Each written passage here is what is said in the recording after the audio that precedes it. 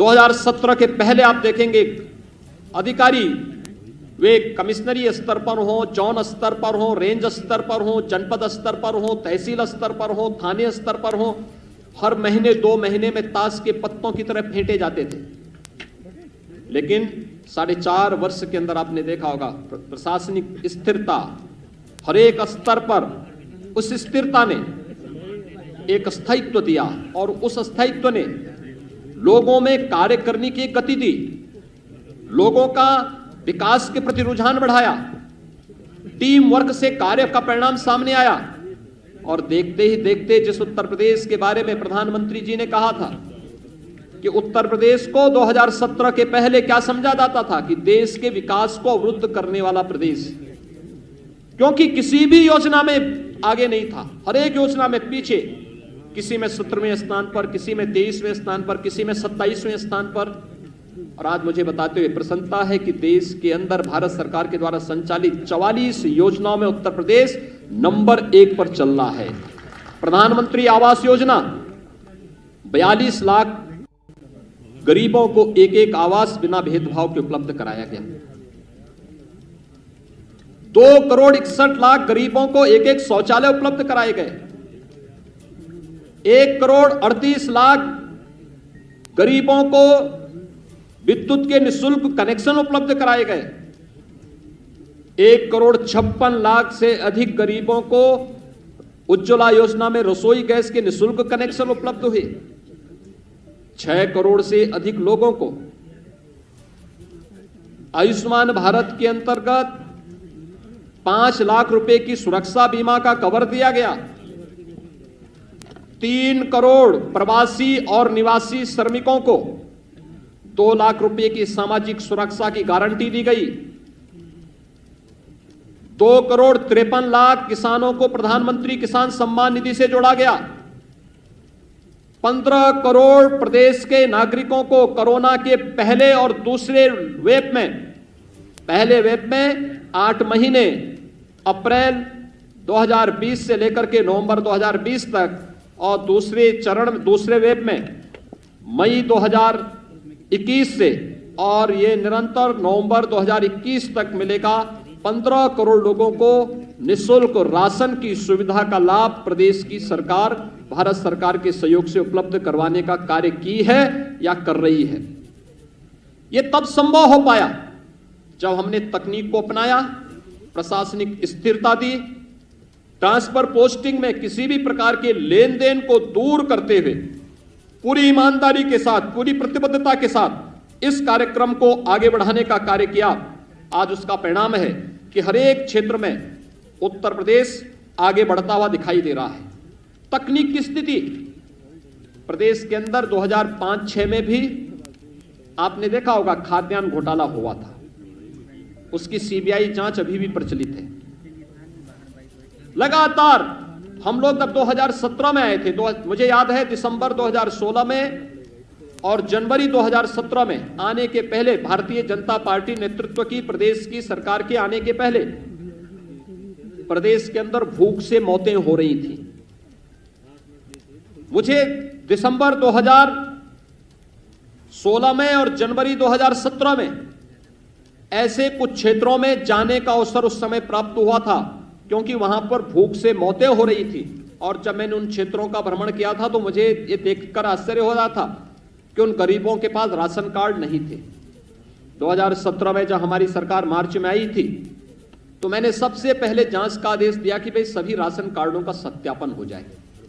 40 लाख ऐसे गरीब मिले थे जिन लोगों के पास अपने राशन कार्ड नहीं थे, लेकिन राशन कार्ड बनाए गए थे। उस राशन कार्ड पर कोई दूसरा ही व्यक्ति राशन लेता था।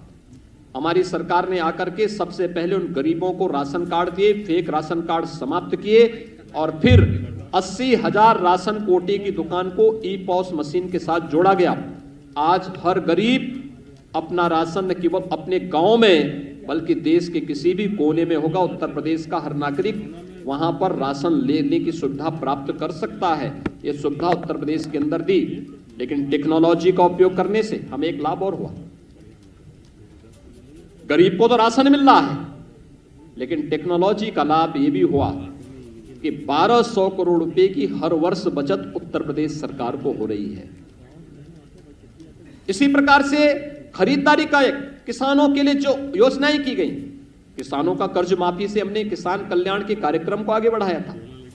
प्रधानमंत्री फसल बीमा योजना को, प्रधानमंत्री कृषि सिंचाई योजना को, लंबित उन सभी योजनाओं को, चाहे वह बाण सागर की परियोजना रही हो या कोई भी अन्य परियोजना, एक एक करके उन योजनाओं को, लगभग 1 दर्जन सिंचाई की परियोजनाएं तो केवल बुंदेलखंड में हमने पूरी की। हम इस वर्ष के अंत तक सरयू नहर राष्ट्रीय परियोजना को, अर्जुन सहायक परियोजना को, मध्य गंगा नहर परियोजना को पूरा करने जा रहे हैं। उत्तर प्रदेश जैसे राज्य में जो जल संसाधन पर्याप्त मात्रा में था, वर्षों से लंबित इन योजनाओं के कारण किसान उसका भरपूर लाभ नहीं ले पाता था, लेकिन आज उसका लाभ मिल रहा है। प्रोक्यूरमेंट हम लोगों ने प्रारंभ किया। याद करिए, 2007 से लेकर 2017 के बीच प्रदेश के अंदर गन्ना मूल्य का 95,000 करोड़ रुपए का गन्ना मूल्य का भुगतान होता है, और 2017 से अब तक 4.5 वर्ष के अंदर 1,43,000 करोड़ रुपए का गन्ना मूल्य का भुगतान हुआ। 2007 से लेकर 2017 के बीच तमाम चीनी मिलें बेची गई,